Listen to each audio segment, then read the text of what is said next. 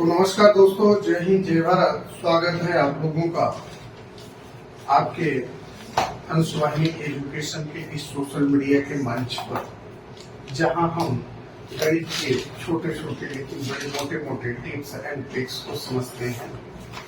जैसा कि आप लोगों को पता है कि इस समय हमारी सीरीज चल रही है चक्रवृद्धि ब्याज को लेकर के, मतलब कंपाउंड इंटरेस्ट को लेकर के, और उसी में एक प्रश्न आया हुआ है कि हरप्रीत अपने दोस्त से रुपए 20,000 12% वार्षिक ब्याज की दर से साधारण ब्याज पर उधार लिए।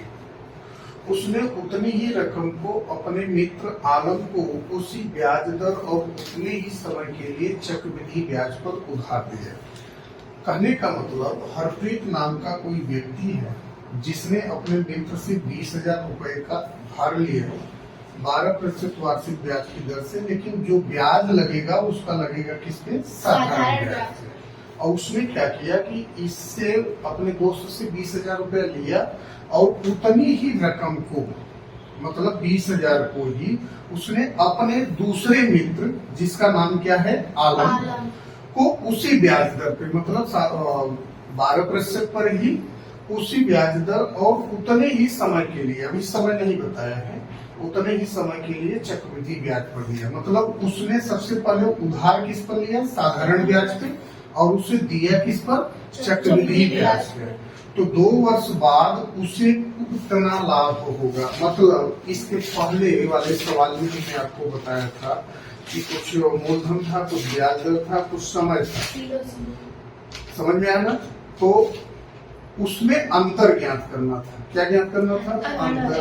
तो सेम प्रक्रिया यहाँ पर भी है, बस सवाल को पूछने का तरीका क्या कर दिया है? बदल दिया। उसने साधारण ब्याज पे लिया और चक्रवृद्धि ब्याज पर दूसरे को दिया, तो उसे लाभ कितना हुआ? तो चक्रवृद्धि ब्याज और साधारण ब्याज के बीच का जो अंतर होगा वही उसका क्या होगा?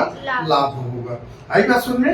तो इस प्रश्न को हल करने के लिए हमें क्या करना पड़ेगा?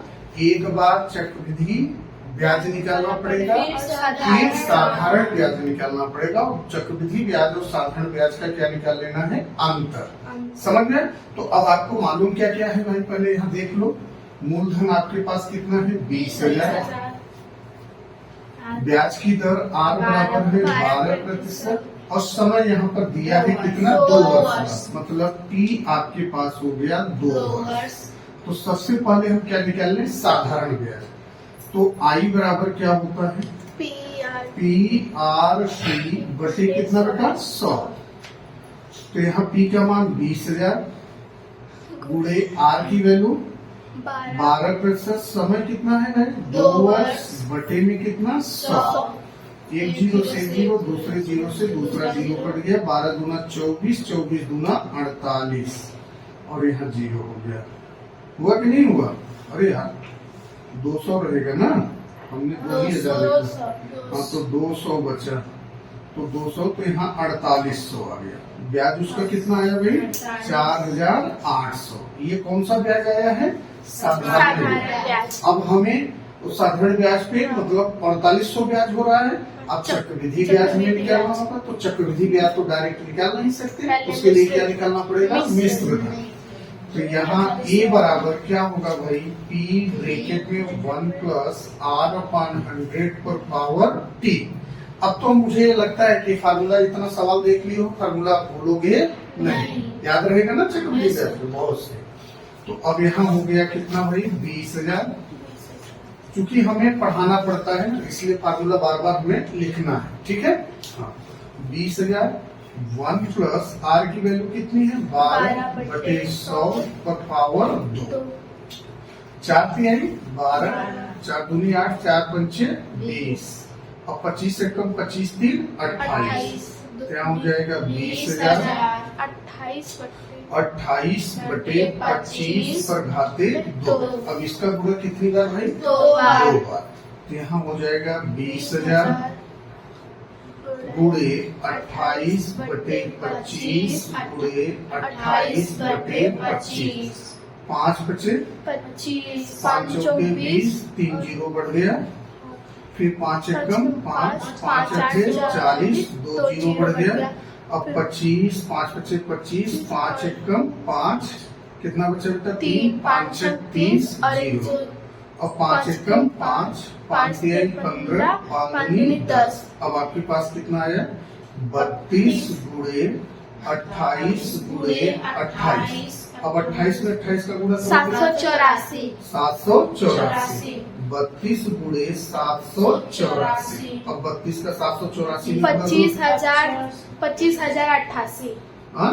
25,088। इतना ही आएगा ना? हाँ, सर। तो ये आपके पास क्या आ गया बेटा? अमाउंट मिश्र धन। अब जब मिश्र धन हमें मालूम हुआ तो हमें अभी क्या ज्ञात कर? ब्याज, चक्रवृद्धि ब्याज।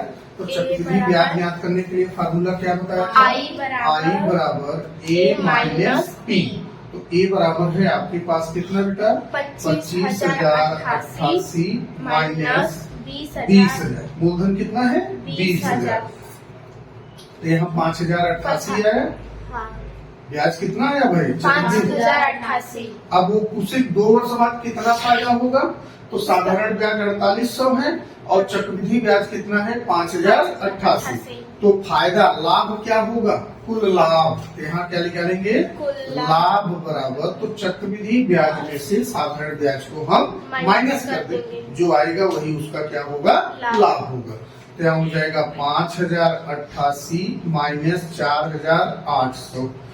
तो बताओ बेटा, 8 में से 0 गया 8, 8 में से 0 गया 8, 10 में से 8 गया 2, अब यहाँ बचा 4। कितने का लाभ हुआ? 288 का।